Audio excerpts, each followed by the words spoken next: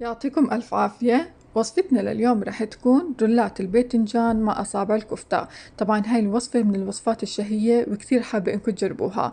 اليوم عملتها هاي الوصفة بصحون الفخار، وأكيد ممكن تستخدموا أي صينية خاصة للفرن.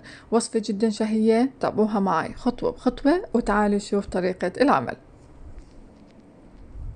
في البداية هون رح نحتاج أكيد الباذنجان. الكمية تقديرية، أنا هون استخدمت 2 كيلو من الباذنجان، غسلته كثير منيح، حطيته بالمصفاي. لازم تكون معكم حبات الباذنجان شوي طويلة. وهلا هون رح أقشره.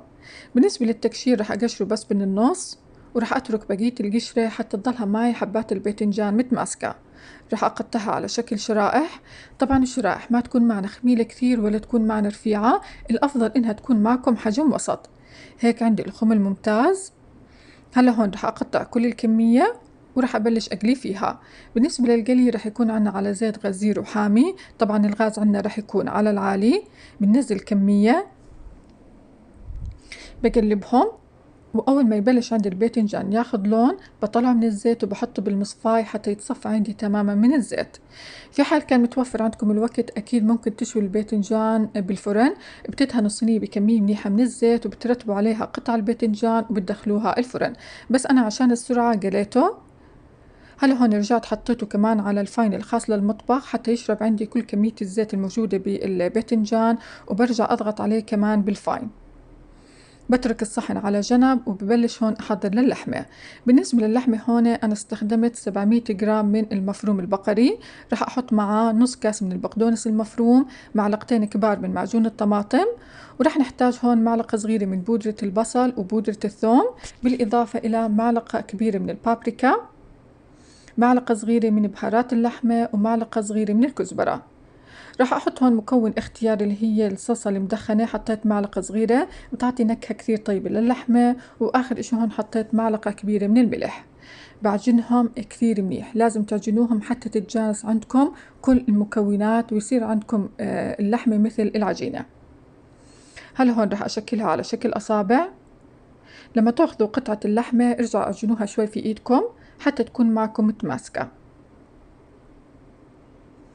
هيك عندي تمام. هلا هون راح أشكل كل الكمية، طبعا هاي الكمية اللي عملتها، وهلا هون راح أقليها.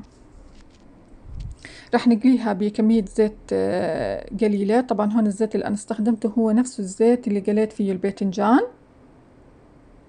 راح أنزل كل قطع اللحمة. طبعا أول ما أشوفها بلشت تمسك راح أحركها شوي. عندنا الغاز هون راح يكون على الوسط، وأول ما أشوفها بلشت تاخد لون بقلبها. طبعا هون راح نتركها حتى تستوي معنا، طبعا مع التقليب كل فترة، والأفضل إنه يكون معكم الغاز على الواطي.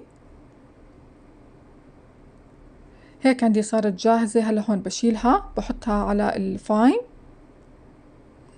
وبعدها هون رح أبلش أحضر للباذنجان. هيك عندي طبعا هاي الكمية كلياتها. بالنسبة للباذنجان هون رح ناخد قطعة من الباذنجان ونحط قطعة الكفتة ونلفها بهاي الطريقة. طبعا هاي الوصفة إذا ما بدكم تعملوها بهاي الطريقة ممكن تستخدموا اللحم المفروم العادي بدون أصابع الكفتة، برجع لكم. بس أصابع الكفتة أعطت نكهة كثير طيبة.